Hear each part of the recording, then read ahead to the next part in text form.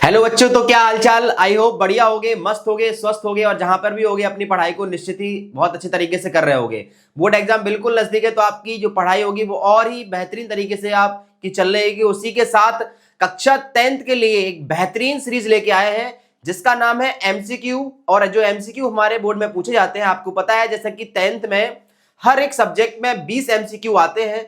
जो एमसीक्यू बच्चा सही करता है उस बच्चे का रिजल्ट निश्चित ही बहुत बेहतर होता है, क्योंकि जो टॉपर बनने का सीन होता है वो कहीं ना कहीं एमसीक्यू से रिलेट करता है। जिन बच्चों के एमसीक्यू 20 में से अप्रॉक्स 18-19 सही होते हैं, तब जाके उसका जो स्कोर होता है, उसका जो रिजल्ट होता है वो बेहतर बनता है। इसी के लिए हमने साइंस की जो सीरीज स्टार्ट की, इसमें हम लगभग 100 एमसीक्यू कवर करेंगे पूरे साइंस के जो प्रीवियस ईयर के हैं। कहीं ना कहीं इन 100 एमसीक्यू में आपको जो क्वेश्चंस है वो देखने को बोर्ड में मिल जाएगा और बहुत सारी चीजों का हम लोग डिस्कशन करेंगे। एक क्वेश्चन में हम लोग बहुत सारी चीजें डिस्कस करेंगे, तो ताकि जो शॉर्ट क्वेश्चन होते हैं, जो लॉन्ग क्वेश्चन होते हैं, उनका भी आपका रिवीजन हो सके। ये जो सीरीज तैयार की गई है ये बाइलिंगुअल है, मतलब हिंदी और इंग्लिश दोनों माध्यम में बनाई गई है। कारण केवल इतना सा है कि हिंदी मीडियम के बच्चे और इंग्लिश मीडियम के बच्चे दोनों लोग इसको देख सके बहुत आसानी से। सारी चीजों को कॉपरेट करते हुए हम लोग आगे बढ़ेंगे। हर एक क्वेश्चन का बहुत अच्छे तरीके से एक्सप्लेनेशन देखेंगे, ताकि और भी क्वेश्चंस अगर आपके सामने होते हैं तो उनका भी हम आपके सामने पोस्टमार्टम टाइप का कर पाए। चलिए, आपको भी क्वेश्चन को करना है। सबसे पहले आपको कॉपी उठा लेनी है और एक पेन उठा लेना है और 1 से लेके 20 तक आपको नंबर लिख लेने हैं, ठीक है। उसके साथ पहले अपने आप से आपको क्वेश्चन लगा लेना है पुश करके कि मेरा आंसर ये है। फिर आपको चेक करना है कि वास्तव में आपका आंसर सही है या गलत है, और लास्ट में चेक करके देखना है कि 20 में से आपके कितने नंबर आए हैं। आई बात समझ में बेटा? तो आपको ये बात ध्यान रखनी है। चलिए स्टार्ट करते हैं सीरीज को। और पहला क्वेश्चन आपके स्क्रीन पर दिख रहा होगा, विद्युत धारा की एसआई इकाई क्या है? SI unit of electric current. बहुत इंपॉर्टेंट और बार बार पूछे जाने वाला क्वेश्चन, यहां से न्यूमेरिकल्स आने की बहुत ज्यादा प्रोबेबिलिटी होती है, तो इसके बारे में हम लोग डिस्कस करेंगे। बात करेंगे बेटा इलेक्ट्रिक करंट की। इलेक्ट्रिक करंट को बेटा आप डिनोट करते हैं किससे? आई से। किससे डिनोट करते हैं? आई से डिनोट करते हैं। आई इज इक्वल टू बेटा फॉर्मूला होता है हमारे पास Q बाई टी। क्या होता है बेटा? Q बाई टी होता है, ठीक है। वेयर Q क्या होता है आपके पास? चार्ज होता है, यानी आवेश होता है, और T क्या होता है आपके पास? टाइम होता है, ठीक है। तो हम यहाँ पे देखेंगे आवेश की जो यूनिट है, कई बार आवेश की यूनिट पूछेगा आपसे, तो आवेश की जो यूनिट यानी मात्रक होगा वो क्या होगा? कूलाम होगा बेटा। और समय का जो मात्रक होता है या यूनिट होती है वो क्या होती है बेटा? सेकंड। तो कूलाम पर सेकंड इलेक्ट्रिक करंट की क्या होती है बेटा? यूनिट होती है, ठीक है सर। लेकिन इसमें तो सर हमें कहीं पर दिख नहीं रहा है कूलाम पर सेकंड, तो किसकी यूनिट क्या होगी? तो आपको ध्यान रखना है बेटा, कूलाम पर सेकंड अगर आपको ना दिखे तो आपको दिखेगा बेटा एम्पियर। क्या दिखेगा बेटा? आपको एम्पियर दिखेगा। अगर आपको एम्पियर दिख रहा है तो आप उसको भी क्लिक कर सकते हैं। बोले तो एम्पियर भी इलेक्ट्रिक करंट की यूनिट होती है और साथ में कूलाम पर सेकंड भी इलेक्ट्रिक करंट यानी विद्युत धारा की यूनिट होती है। दोनों यूनिट को याद रखना है। इस क्वेश्चन में उसने आपको एम्पियर दिया है, कई क्वेश्चन में आपको कूलाम पर सेकंड भी दे सकता है, तो वो बात भी आपको याद रखनी है। तो यहां से हमारे पास क्वेश्चन तैयार होता है, एम्पियर इसकी सर क्या होती है? यूनिट होती है। अब इसमें बहुत सारे क्वेश्चन लिखे हैं तो उनका भी पोस्टमार्टम कर ही लेते हैं फटाफट से। देखो बोल्ट लिखा है बेटा, तो बोल्ट जो यूनिट होती है वो होती है बेटा इलेक्ट्रिक पोटेंशियल की। किसकी होती है बेटा? Electric potential. तो आपको याद रखना है वैद्युत विभव का जो मात्रक होता है वो बेटा क्या होता है? बोल्ट होता है। V बराबर फॉर्मूला होता है बेटा हमारे पास W/Q। क्या होता है बेटा? W/Q। तो हमारे पास जो इलेक्ट्रिक पोटेंशियल होता है वैद्युत विभव, उसका मात्रक क्या होता है आपके पास? वोल्ट होता है। और इसका सेकंड मात्रक जो होता है, सेकंड जो यूनिट होती है, वर्क की यूनिट क्या होती है बेटा हमारे पास? वर्क की यूनिट होती है सर जूल। और चार्ज की यूनिट क्या होती है बेटा? कूलाम। क्या होती है बेटा? कूलाम। तो जूल पर कूलाम भी दूसरी यूनिट बन जाती है। यानी इलेक्ट्रिक पोटेंशियल बोले तो वैद्युत विभव का सेकंड जो यूनिट होगी, दूसरी यूनिट क्या होगी आपके पास? वर्क की क्या होगी? जूल पर कूलाम। और आपके पास सेकंड यूनिट क्या हो जाएगी? बोल्ट। या तो बोल्ट कह लो या बोल्ट कह लो या क्या कह लो बेटा? जूल पर कूलाम ले लो। नेक्स्ट हम बात करेंगे अगर ओम्स की, ओम की बात करें तो बेटा आपको ध्यान रखना है रेजिस्टेंस जो हमारे पास होता है आर, उसकी यूनिट क्या होती है बेटा? ओम होती है। ये बात याद रखनी है। रेजिस्टेंस की यूनिट बोले तो प्रतिरोध की यूनिट क्या होती है बेटा? प्रतिरोध का जो मात्रक होता है वो क्या होता है बेटा? ओम होता है। आर इज इक्वल टू बेटा फॉर्मूला पता होना चाहिए आपको, क्या होता है? V/I। क्या होता है बेटा? V/I, जहां हम ओम्स के नियम से इसको निकालते हैं, ठीक है। तो आपको याद रखना है आर मतलब रेजिस्टेंस बोले तो प्रतिरोध का मात्रक क्या होता है? ओम होता है। और दूसरा मात्रक एक और होता है बेटा, क्या होता है? V का मात्रक क्या होता है? V की यूनिट क्या होती है बेटा? वोल्ट होती है। क्या होती है? वोल्ट। और करंट की क्या होती है? अभी आज बताइए आपको, एम्पियर होती है। तो वोल्ट पर एम्पियर या ओम किसकी यूनिट बन जाती है आपके पास? इलेक्ट्रिक रेजिस्टेंस बोले तो प्रतिरोध की यूनिट बन जाती है। बेटा एक क्वेश्चन से हमने आपको 5 क्वेश्चन या 10 क्वेश्चन तैयार करेंगे हर एक क्वेश्चन में इसी तरीके से। देखो अगर वोल्ट पूछेगा तब आपको बता देना है ना, ओम पूछेगा तब भी आपको बता देना है, इलेक्ट्रिक करंट की हमने बताई दी, क्वेश्चन में तैयार की है आपने। एक और लिखा है बेटा, यहां पर क्या लिखा है आपके सामने, वाट लिखा है। क्या लिखा है बेटा, वाट। तो वाट किसकी यूनिट होती है, तो आपको याद रखना है वाट होती है सर इलेक्ट्रिक पावर की यूनिट। क्या होती है बेटा, इलेक्ट्रिक पावर बोले तो जो हमारे पास वैद्युत शक्ति होती है उसकी यूनिट होती है क्या, वाट। ये बात याद रखनी है। तो इलेक्ट्रिक पावर को बेटा आप डिनोट करते हैं पी से। पी इज इक्वल टू बेटा फॉर्मूला होता है आपके पास डब्ल्यू बाई टी। क्या होता है बेटा, W by T. Where W क्या होती है बेटा, एनर्जी होती है, इलेक्ट्रिक एनर्जी, वैद्युत ऊर्जा। तो उसकी यूनिट क्या बनेगी बेटा, जूल बनेगी। और टाइम की क्या होती है, सेकंड। तो जूल पर सेकंड भी यूनिट होती है, ध्यान रखना है, जूल पर सेकंड या फिर बेटा क्या होती है, वाट होती है। तो हमने 5-6 क्वेश्चन में, एक क्वेश्चन में बेटा हमने 5-6 क्वेश्चन तैयार किए, ध्यान रखना है। विद्युत धारा की इसका ऑप्शन तो क्या सही है, एम्पियर, या दूसरा यूनिट क्या बन सकती है बेटा, आपको याद रखना है कूलाम पर सेकंड बन सकती है। वोल्ट किसकी यूनिट होती है, वैद्युत विभव या फिर इलेक्ट्रिक पोटेंशियल की होती है सर। इसके बाद बात करेंगे ओम किसकी यूनिट होती है, तो इलेक्ट्रिक रेजिस्टेंस, वैद्युत प्रतिरोध की यूनिट होती है। और नेक्स्ट बात करेंगे एम्पियर, बात करेंगे वाट किसकी होती है, इलेक्ट्रिक पावर यानी वैद्युत शक्ति की यूनिट होती है। और इसकी दूसरी यूनिट जूल पर सेकंड भी हो जाती है, आपको ये बात याद रखनी है। तो आप इसका स्क्रीनशॉट ले लीजिए और आपका काम बहुत आसान हो चुका है, ठीक है। आपको याद रखना है एक क्वेश्चन से बहुत सारे क्वेश्चन को हम क्या करेंगे बेटा, तैयार करेंगे। देखिए स्क्रीन पर दूसरा क्वेश्चन आपके पास है, दूसरा क्वेश्चन आपके पास है, क्या पूछ रहा है देखते हैं। निम्न में से कौन सा अच्छा चालक है, which of the following is a good conductor of electricity. कौन सा जो हमारे पास सब्सटेंस है वो इलेक्ट्रिक करंट को बहुत अच्छे तरीके से फ्लो कराता है, उनको हम कहते हैं बेटा कंडक्टर या फिर हिंदी में कहते हैं चालक, ठीक है। तो रबर में बेटा करंट फ्लो होती नहीं, तो ये तो आंसर हो ही नहीं सकता है, ठीक है। कांच में भी बेटा करंट फ्लो नहीं होती है, तो ये भी नहीं हो सकता। कॉपर जो हमारे पास है, इसका आंसर सही क्या है बेटा, कॉपर।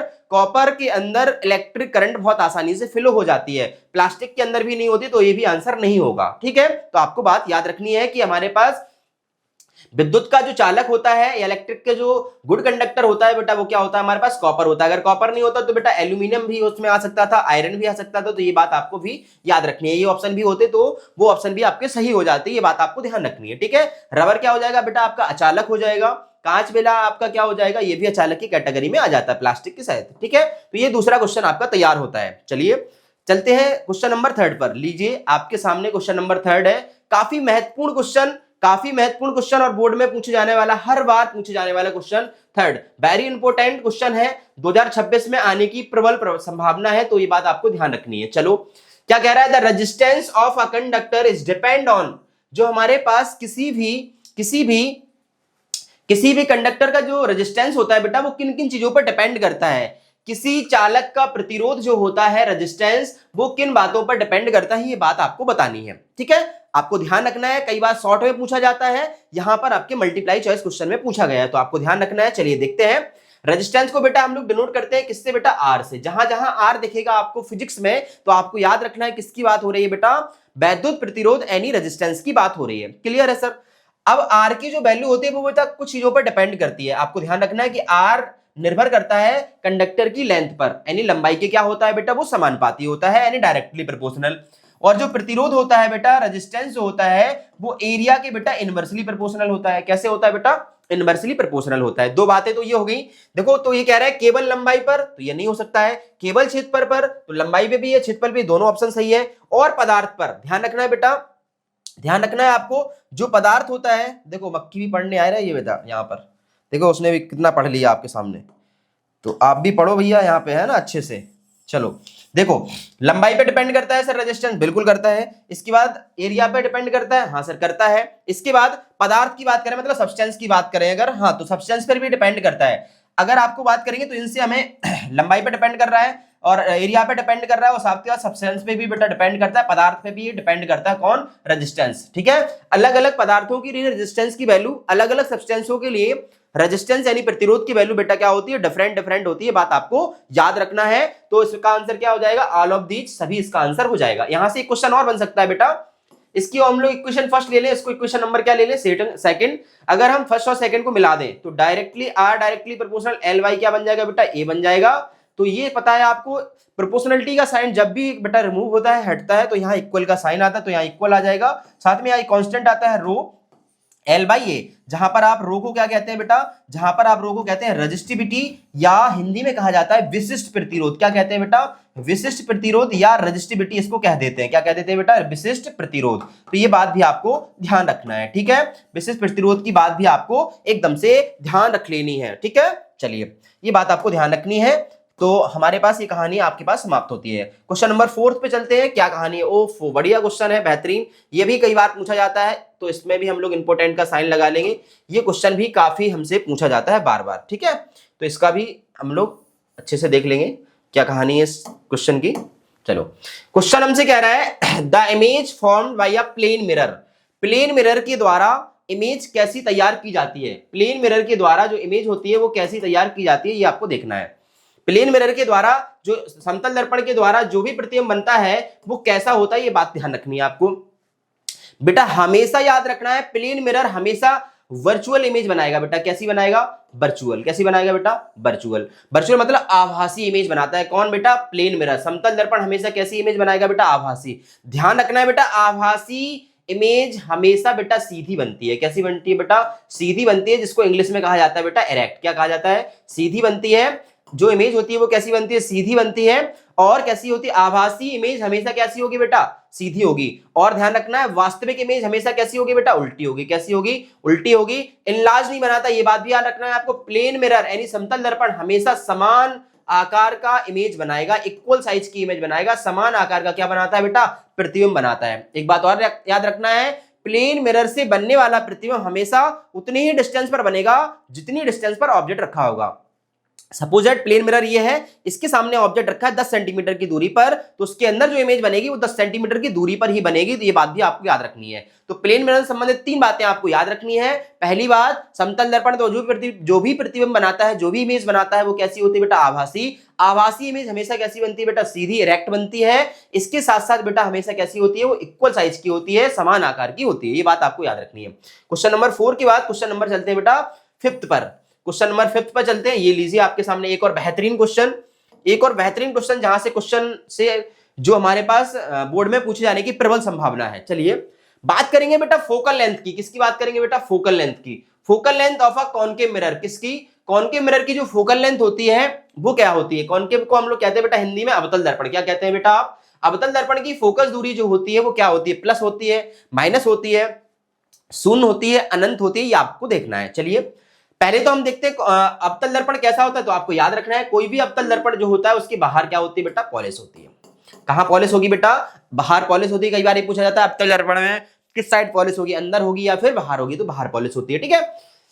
दर्पण का जो मध्य बिंदु होता है वो क्या कहलाता है, ध्रुव कहलाता है, ठीक है। दर्पण का मध्य बिंदु क्या कहलाता है, मिरर का पोल कहलाता है, ठीक है। और इसका जो सेंटर होता है वो सेंटर ऑफ कर्वेचर कहते हैं। और ये यहाँ पर इसका मिड पॉइंट होगा उसको क्या कहेंगे आप, एफ कहेंगे, ठीक है। तो आपको ध्यान रखना है अकॉर्डिंग टू कोऑर्डिनेट ज्योमेट्री ये होता है आपके पास पॉजिटिव, ये आपके नेगेटिव, ये पॉजिटिव और ये आपका नेगेटिव होता है, ठीक है। तो पी के जो हमारे पास मूल बिंदु होता है ओरिजिन, उसके लेफ्ट साइड जो होता है वो क्या होता है, नेगेटिव होता है। राइट साइड क्या होता है बेटा, पॉजिटिव। अपर साइड क्या होता है, पॉजिटिव। और लोअर साइड क्या होता है, नेगेटिव होता है, ठीक है। तो कॉनकेव के लिए ये वाली डिस्टेंस पी से लेके एफ तक की डिस्टेंस बेटा फोकल लेंथ होती है। तो फोकल लेंथ कैसी हो जाएगी आपके लिए, नेगेटिव हो जाएगी। कैसी हो जाएगी बेटा, ऋणात्मक हो जाएगी। ये बात आपको याद रखना है, ठीक है। तो धनात्मक किसकी होगी, तो आपको ये बात याद रखना है जो हमारे पास उत्तल होगा बेटा, कौन सा उत्तल यानी कॉन्वेक्स। कॉन्वेक्स जो मिरर होगा बेटा उसके लिए फोकल लेंथ कैसी हो जाएगी बेटा, आपको पॉजिटिव हो जाएगी। बात ध्यान रखनी है। अब बेटा अनंत पूछ लेता है कई बार, तो अनंत के लिए आपको ध्यान रखना है जो हमारे पास समतल दर्पण होगा, बोले तो प्लेन मिरर, कौन सा बेटा, प्लेन। तो प्लेन के लिए फोकल लेंथ हमेशा क्या होती है बेटा, इंफिनिटी होती है। बात आपको ध्यान रखनी है, ये बात आपको याद रखनी है। तो एक क्वेश्चन से हमने 3 क्वेश्चन तैयार कर लिए हैं। अगर वो हमसे पूछेगा उत्तल लेंस यानी कॉन्वेक्स की कैसी होती है, पॉजिटिव, ठीक है। अगर वो हमसे पूछ रहा है अवतल की तो कैसी है बेटा, ऋणात्मक है यानी नेगेटिव है। अगर वो समतल यानी प्लेन मिरर की पूछता तो आप क्या लगा देते, इंफिनिटी लगा देते। क्लियर है बात, यस सर। आगे चलते हैं। ये हमारे पास 5 क्वेश्चन थे बेटा फिजिक्स के। आगे हमारे पास जो क्वेश्चन आने वाला है वो है बायोलॉजी से संबंधित। ये लीजिए आपके सामने क्वेश्चन है। क्वेश्चन आपके सामने है श्वसन के लिए कौन सी गैस आवश्यक होती है। श्वसन के लिए कौन सी गैस आवश्यक होती है, ये which gas is essential for the respiration system. जो हमारे पास श्वसन होता है उसके लिए कौन सी गैस काम की होती है, ये आपको बताना है। ये आपको बताना है कि कौन सी गैस काम की होती है। चलो ये आपके लिए क्वेश्चन है कि जब हम लोग सांस लेते हैं तो उसके लिए कौन सी गैस आवश्यक होगी, तो बताओ, आपको पता होना चाहिए बेटा क्या होता है इसका सही ऑप्शन, ऑक्सीजन हो जाएगा कि नहीं। श्वसन जब हम करते हैं तो कौन सी गैस लेते हैं, तो ऑक्सीजन गैस लेते हैं। कौन सी गैस को छोड़ते हैं बेटा, तो कार्बन डाइऑक्साइड हम लोग छोड़ते हैं, ठीक है। तो कार्बन डाइऑक्साइड हम लोग छोड़ते हैं और श्वसन करते हैं, तो रेस्पिरेशन जो सिस्टम होता है उसमें ऑक्सीजन गैस को हम लोग लेते हैं, ये बात आपको ध्यान रखनी है, ठीक है। चलिए आगे हम लोग बात करेंगे बेटा लो, एक क्वेश्चन और आगे आपके सामने बेहतरीन, जिसका नाम है पीएच से रिलेटेड, केमिस्ट्री का क्वेश्चन आपके सामने। केमिस्ट्री का क्वेश्चन है आपके सामने, the pH of a pure water, pure water जो होता है उसका पीएच कैसा होता है, तो आपको याद रखना है इसका जो पीएच होता है बेटा 7 होता है। कैसा होता है बेटा 7। पीएच से संबंधित कुछ बातें हम आपको बता रहे हैं जो बार बार आपसे पूछी जा सकती हैं।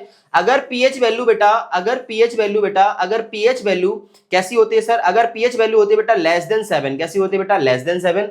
अगर पीएच वैल्यू बेटा होती है ग्रेटर देन 7, कैसी होती है बेटा ग्रेटर देन 7। और एक हो सकता है बेटा पीएच वैल्यू अपने पास होती है इक्वल टू 7, क्या हो सकता है बेटा इक्वल टू 7। तो तीनों केस आपको याद रखना है। अभी एक पूछा है, ये भी पूछ सकता है बेटा, ये भी पूछ सकता है और आपसे ये भी पूछ सकता है। अगर पीएच वैल्यू 7 होती है तो जो हमारे पास सॉल्यूशन होता है बेटा आपको याद रखना है वो न्यूट्रल सॉल्यूशन होता है, उदासीन। कौन सा होता है बेटा उदासीन। इसके बाद आपको ध्यान रखना है अगर पीएच वैल्यू कैसी है लेस देन 7 है, लेस देन 7 है, 7 से छोटी है, तो आपको याद रखना है वो एसिडिक नेचर होगा। कैसा नेचर होगा बेटा एसिडिक होगा, ठीक है, अम्लीय होगा। और अगर 7 से बड़ा है तो बेटा आपको याद रखना है क्षारीय नेचर होगा। क्षारीय बोले तो बेसिक नेचर आपके पास हो जाएगा।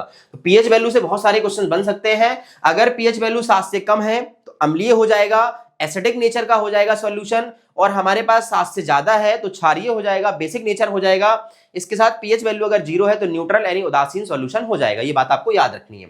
तो पीएच का जो हमारे पास सॉल्यूशन था, सॉरी जल का शुद्ध पीएच कैसा होता है, शुद्ध जल का जो पीएच होता है वो क्या होता है आपके पास 7 हो जाता है। चलिए आगे चलते हैं क्वेश्चन नंबर 8 पर।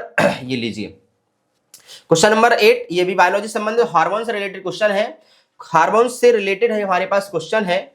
हार्मोन से रिलेटेड जो क्वेश्चन है वो क्या कह रहा है, देखिए आप सामने जो हमारे पास क्वेश्चन है ये क्या कह रहा है, ये हमारे पास कह रहा है which hormone controls the growth, वह हार्मोन्स बताओ जो वृद्धि को नियंत्रित करता है। बेटा क्या करता है, वृद्धि को नियंत्रित करता है, तो इसका नाम कौन सा होता है।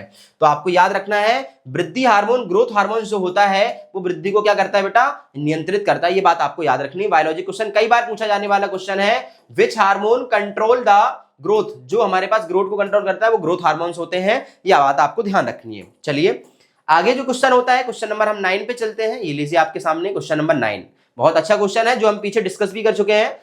अगर वो हमसे पूछ रहा है बेटा शक्ति की यूनिट क्या है, पावर ऑफ यूनिट, यहां पर हमारे पास पावर ऑफ यूनिट नहीं पूछेगा, वो आपसे इलेक्ट्रिक पावर पूछेगा। क्या पूछेगा बेटा आपसे इलेक्ट्रिक पावर पूछेगा, वैद्युत शक्ति पूछेगा। बेटा क्या पूछेगा वो आपसे वैद्युत शक्ति पूछेगा क्वेश्चन। तो P बराबर अभी थोड़ी देर पहले हमने फॉर्मूला बताया था, W बाई क्या होता है बेटा T, क्या होता है W बाई T। तो W की यूनिट क्या होती है बेटा आपके पास जूल होती है। क्या होती है बेटा जूल। और टाइम की क्या होती है बेटा सेकंड। तो जूल पर सेकंड हो जाती है किसकी इलेक्ट्रिक साइड, और इसी को हम लोग क्या कहते हैं बेटा वाट कह देते हैं। क्या कह देते हैं वाट कह देते हैं। तो आपको याद रखना है कि वैद्युत शक्ति की यूनिट क्या बन जाएगी आपके पास वाट बन जाएगी, या शक्ति की यूनिट भी वाट बन जाती है। जूल किसकी यूनिट होती है, तो इलेक्ट्रिक एनर्जी। आपको ध्यान रखना है इलेक्ट्रिक जो एनर्जी होती है उसकी यूनिट क्या बन जाती है बेटा जूल बन जाती है।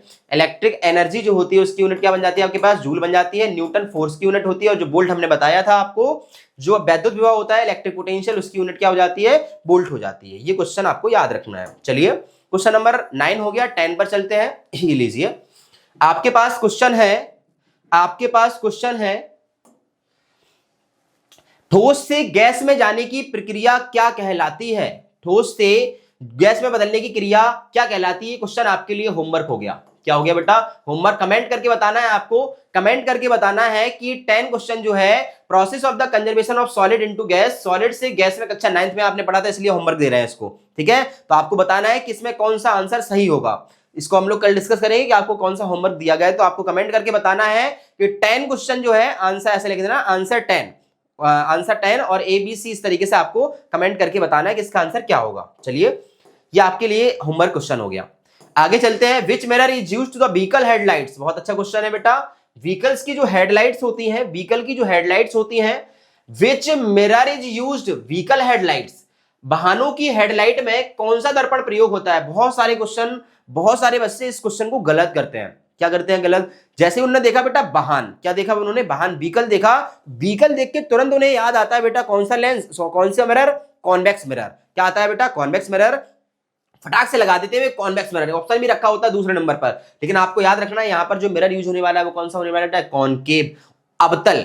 अगर वो हमसे कहता, क्वेश्चन पूछने का तरीका सुन लीजिए बेटा, क्वेश्चन पूछने का तरीका क्या होगा, अगर वो कहता वाहन के जो हमारे पास व्हीकल्स होते हैं, वाहन के साइड में कौन सा मिरर लगा होता है, वाहन के साइड में कौन सा मिरर लगा होता है, तो आपको क्या लिखना था, व्हीकल। व्हीकल का अगर साइड मिरर पूछता, जहां से जो ड्राइवर होता है वो देखता है, बगल वाला मिरर जो साइड मिरर होता है उसमें कौन सा लगा होता है, तो आपको आंसर देना था बेटा कौन सा, कॉन्वेक्स। साइड मिरर में कौन सा लगा होगा बेटा, कॉन्वेक्स लगा होगा, ठीक है। लेकिन उसने क्या पूछा है आपसे, उसमें आपसे पूछा है क्या कि हमारे पास कौन सा मिरर यूज हो रहा है, हेडलाइट्स में, तो आपको क्या आंसर लगाना है इसका, कॉनकेव आंसर लगाना है। ये बात आपको ध्यान रखनी है बहुत अच्छे से। चलिए ये आपके पास क्वेश्चन होता है 11। आगे चलते हैं, क्वेश्चन नंबर 12 पर चलते हैं। आप अपना आंसर लगाते जाना और चेक करना बाद में कितने आंसर आपके सही हैं एकदम से, कितने आंसर आपके एकदम से सही है, ये बात आपको करते रहना है। वॉशिंग सोडा का रासायनिक सूत्र क्या है, what is the chemical formula of the washing soda, washing soda का केमिकल जो फॉर्मूला है वो क्या है, ये आपको देखना है, ठीक है। तो NaCl क्या होता है बेटा, सोडियम क्लोराइड, तो आपको ध्यान रखना है साधारण नमक जो हमारे पास होता है, साधारण नमक कॉमन सॉल्ट जो होता है उसका जो साधारण नमक जो होता है उसका जो फॉर्मूला होता है वो NaCl होता है। जो हमारे पास NaCl होता है वो क्या साधारण नमक होता है। सोडियम कार्बोनेट पूछेगा तो क्या लिखना है, Na2CO3। लेकिन वॉशिंग सोडा जो है वो बेटा क्या है, Na2CO3 × 10H2O। तो हमारे पास इसकी प्रिपरेशन मेथड भी आपको आना चाहिए। ये क्या है बेटा, सोडियम कार्बोनेट है और NaOH क्या होता है, सोडियम हाइड्रोक्साइड हो जाता है। तो आपको सोडियम हाइड्रोक्साइड आता है तो आपको बता देना है ना। एक क्षार भी है बेटा, ये क्या है, एक क्षार बोले तो आपका बेसिक भी है, तो आपको ध्यान रखना है। केमिकल फॉर्मूला आपका किसका, वॉशिंग सोडा का क्या बन जाएगा आपका, Na2CO3 आपका बन जाएगा, ठीक है सर।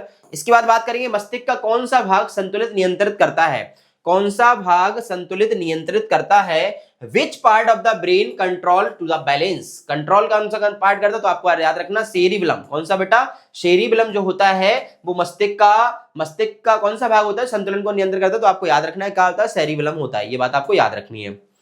नेक्स्ट चलते बेटा, ये क्वेश्चन हमारे पास है स्पीड ऑफ लाइट, बहुत बार पूछे जाने वाला और जनरल क्वेश्चन, बहुत बार पूछे जाने वाला और साथ में कैसा है क्वेश्चन है, बहुत जनरल क्वेश्चन है। Speed of light in vacuum, प्रकाश की निर्वात में चाल क्या होती है, वो तो चाहे कोई बता देगा बेटा, क्या होती है, C इक्वल टू होता है 3 × 10⁸। तो C की वैल्यू आपको याद रखनी है, 3 × 10⁸ कितनी होती है, 8 मीटर पर सेकंड हो जाती है। ये बात आपको ध्यान रखनी है, ठीक है। Yes sir. आगे चलते हैं क्वेश्चन नंबर 15 पर। ये रहा आपके पास 15, काफी बार पूछे जाने वाला रिपीटेड क्वेश्चन है, तो आपको ये क्वेश्चन जरूर ही याद रखना है, ठीक है। चलिए कहां गया, ये रहा, लीजिए ये आ गया आपके पास 15 number. Which metal liquid at the room temperature, कौन सी मेटल रूम टेम्परेचर पर कैसी होती है बेटा, आपकी द्रव अवस्था में पाई जाती है, लिक्विड में। कमरे के ताप पर कौन सी धातु लिक्विड फॉर्म में देखने को मिलती है। साधारणतः जो भी हमारे पास मेटल्स होती है बेटा वो सॉलिड फॉर्म में देखने को मिलती है, लेकिन एक मेटल जो हमारे पास होती है वो क्या होती है बेटा, आपके पास कॉपर होता है, सॉरी मरकरी होता है। ये कैसा होता है बेटा, लिक्विड फॉर्म में आपको देखने को मिलता है। लोहा क्या है बेटा, एक आपको याद रखना है धातु है, कॉपर भी एक धातु है, एल्यूमिनियम है, लेकिन जो लिक्विड स्टेट में मिलेगा वो कौन बन जाएगा आपका, पारा यानी मरकरी। क्लियर बात है, बिल्कुल सर। आगे चलते हैं क्वेश्चन नंबर 15 के बाद 16 पर। लो एक क्वेश्चन और है आपके सामने, प्रेशर दाब की यूनिट क्या होती है, जो प्रेशर होता है उसकी यूनिट क्या होती है, तो आपको याद रखना है प्रेशर की जो यूनिट हमारे पास है सर वो क्या होती है आपके पास, आपकी पास्कल इसकी यूनिट बन जाती है। क्या बन जाती है बेटा, पास्कल इसकी यूनिट आपके पास बन जाती है। ये आपके पास पास्कल क्या हो जाती है इसकी यूनिट। दाब की यूनिट अगर पूछेगा तो पास्कल, जूल अगर पूछेगा तो इलेक्ट्रिक एनर्जी, और न्यूटन की अगर यूनिट पूछे किसकी है तो आपको बताना है फोर्स की यूनिट है सर। वॉट की अगर पूछे तो इलेक्ट्रिक पावर आपको बताना है, ठीक है। जूल इलेक्ट्रिक एनर्जी हो गई यानी वैद्युत ऊर्जा हो गई, न्यूटन क्या हो गया आपके पास बल यानी फोर्स हो गया, और वाट किसकी हो जाएगी, इलेक्ट्रिक पावर बोले तो वैद्युत शक्ति, ठीक है। ये आपको याद रखना है। पास्कल किसकी होगी, दाब की यूनिट आपके पास बन जाती है। चलो आगे बात स्टार्ट करते हैं। क्वेश्चन नंबर क्या होता है बेटा अपने पास 17 ही रहे, अपने पास 17 क्वेश्चन नंबर 17 हमसे कह रहा है which organ purify the blood. कई बार पूछे जाने वाले क्वेश्चन और इंपोर्टेंट भी।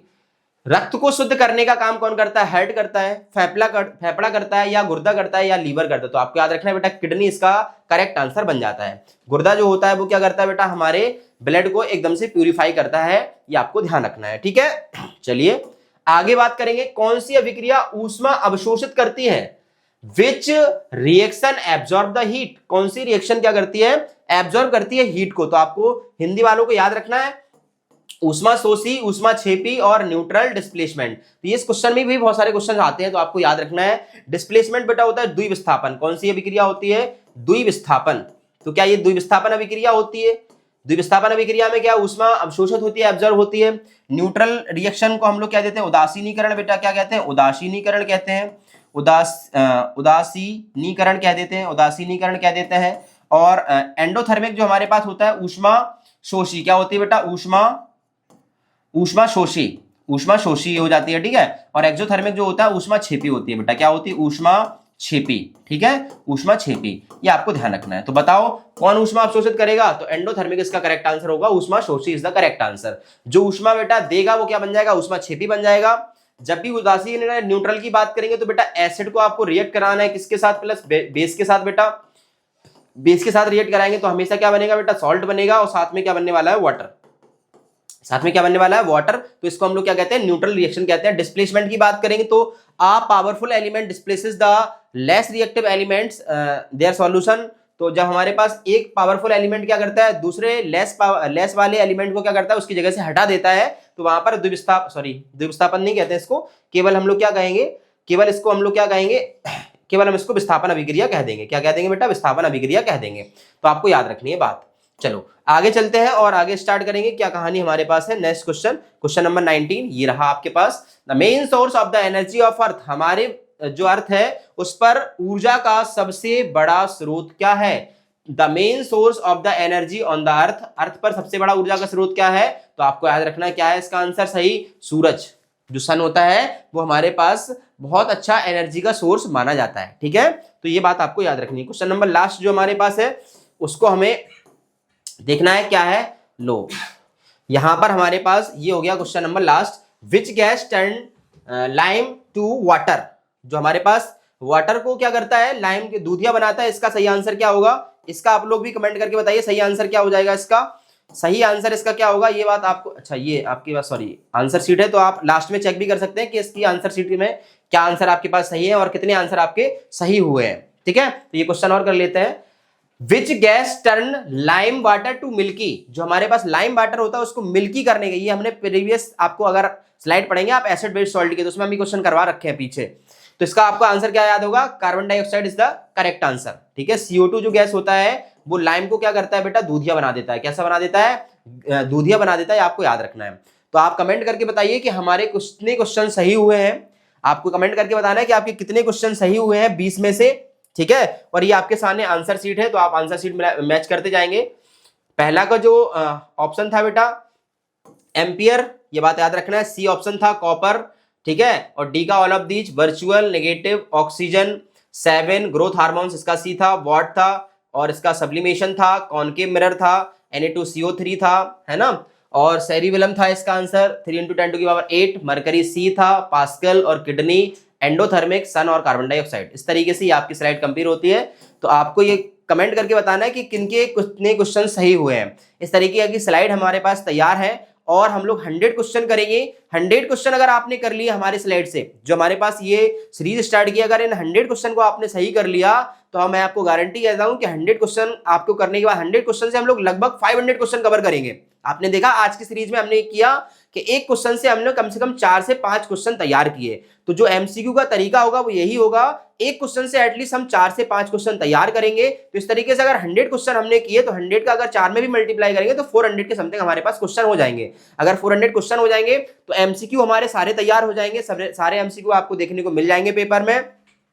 जो बैरी शॉर्ट होंगे वो भी आपको देखने को मिल जाएंगे इन्हीं MCQ से, क्योंकि हम इसमें थ्योरी भी आपकी कवर करते चलेंगे और साथ में जो हमारे पास शॉर्ट और लॉन्ग क्वेश्चन होंगे उनसे भी हमारी मदद कहीं ना कहीं होती रहेगी। तो ये सीरीज काफी महत्वपूर्ण है। अगर वीडियो अच्छा लगता है तो चैनल को सब्सक्राइब कीजिए, बेल आइकन का बटन दबाइए और आपको ये PDF अगर चाहिए है तो आप टेलीग्राम चैनल से जाके जुड़ सकते हैं, फिजिक्स विजाजी, जिसकी लिंक आपको डिस्क्रिप्शन में मिल जाएगी। इसी के साथ छोटे बच्चों से प्यार करना है, बड़े लोगों का सम्मान करना है, अपना कैरेक्टर इस तरीके से विकसित करना है कि लोग आपके साथ रहना पसंद करें। Thank you so much, all the best बेटा।